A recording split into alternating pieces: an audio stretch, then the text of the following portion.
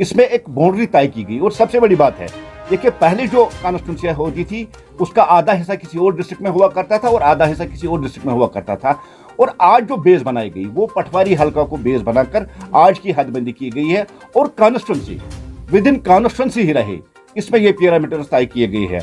हदबंदी commission जैसे कि आप जानते हैं एक आज़ादाना इदारा है जिसपे हुकूमत का कोई कंट्रोल नहीं आता और जिसकी सरबराही सुप्रीम कोर्ट के एक जज, रिटायर्ड जज कर रही है। इसलिए साथियों उन्होंने अपने कद के मुताबिक से सबकी राय ली और जो ड्राफ्ट उन्होंने पेश किया तो सारी पार्टीज की राय उसमें ले ली, चाहे वो यहाँ की नेशनल कॉन्फ्रेंस हो, पीडीपी का तो कोई चलो उनका मेंबर नहीं, लेकिन नेशनल कॉन्फ्रेंस के तीन जो पार्लियामेंट मेंबर्स है पार्लियामेंट ने उनकी राय ली गई है।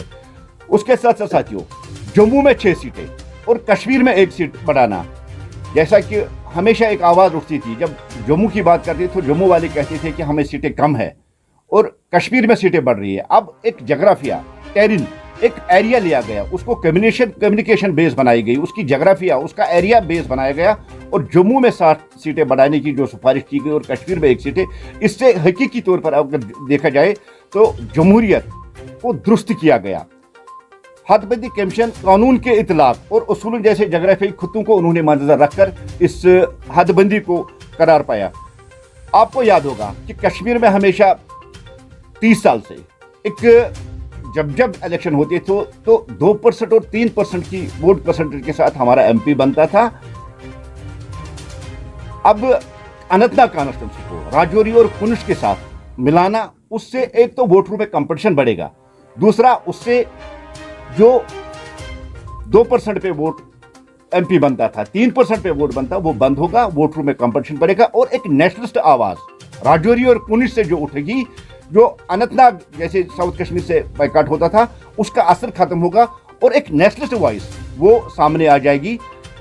ये एक बहुत बड़ा ऐतिहासिक कदम है क्योंकि मकसद तो वही होता है कि इलेक्शन में बढ़ चढ़ कर लोग हिस्सा लेंगे और जो डेमोक्रेटिक प्रोसेस होती है उसमें लोग बढ़ चढ़ कर, इसलिए राजौरी और पुंछ अनंतनाग के साथ मिलाना एक सही कदम है। हम इस कदम के लिए इलेक्शन कमीशन हम इसके लिए डिलिमिटेशन कमीशन का शुक्रिया अदा करते हैं।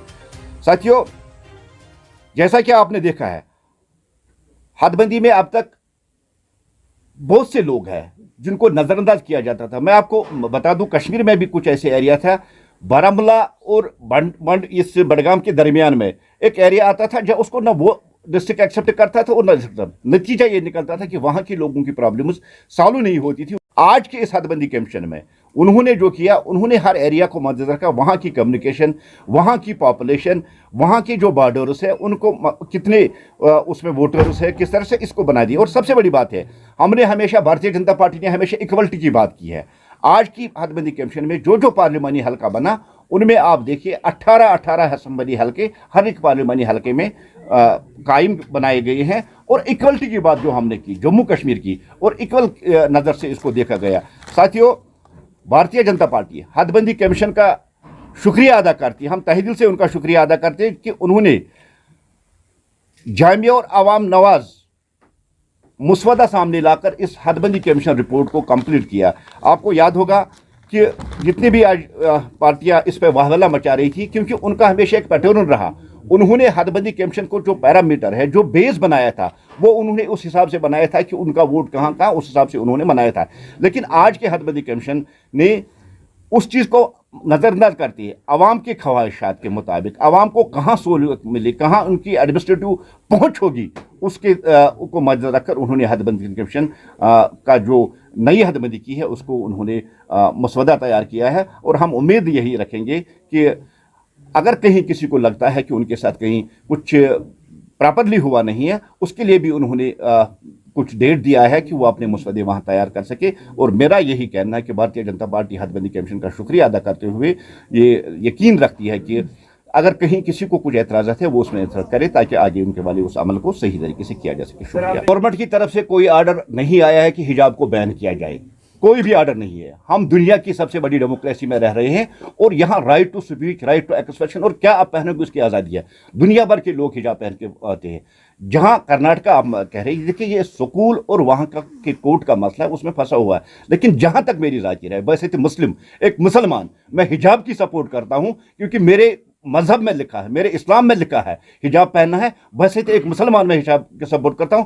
और जहां तक देश के प्रधानमंत्री की बात है, उन्होंने 130 करोड़ हिंदुस्तानियों की बात की, उन्होंने सबका साथ सबका विकास और सबके विश्वास को चलने की बात की है, कहीं गवर्नमेंट की तरफ से नहीं है। हम उम्मीद करेंगे कि कोर्ट की तरफ से जो अभी वहां चल रहा है उसमें भी कोई राहत मिल जाए, और जो ये एक कंट्रोवर्सी बनाने की कोशिश की जा रही है, और आप कुछ पॉलिटिकल पार्टीज एजुकेशन सिस्टम को भी क्रिमिनलाइज करने की कोशिश कर रहे हैं, क्योंकि जो इलेक्शन अभी चल रहा है इसलिए कुछ पॉलिटिकल पार्टी इस पर जोर दे रहे हैं। और यह भी खारिज का नहीं है कि पाकिस्तान इसमें अपनी नाक रगड़ रहा है और पाकिस्तान इसको और हवा दे रहा है, जैसे कि रिपोर्ट्स में भी आ गया। हम यही चाहेंगे, अपना मुल्क है, यहां हर एक शहरी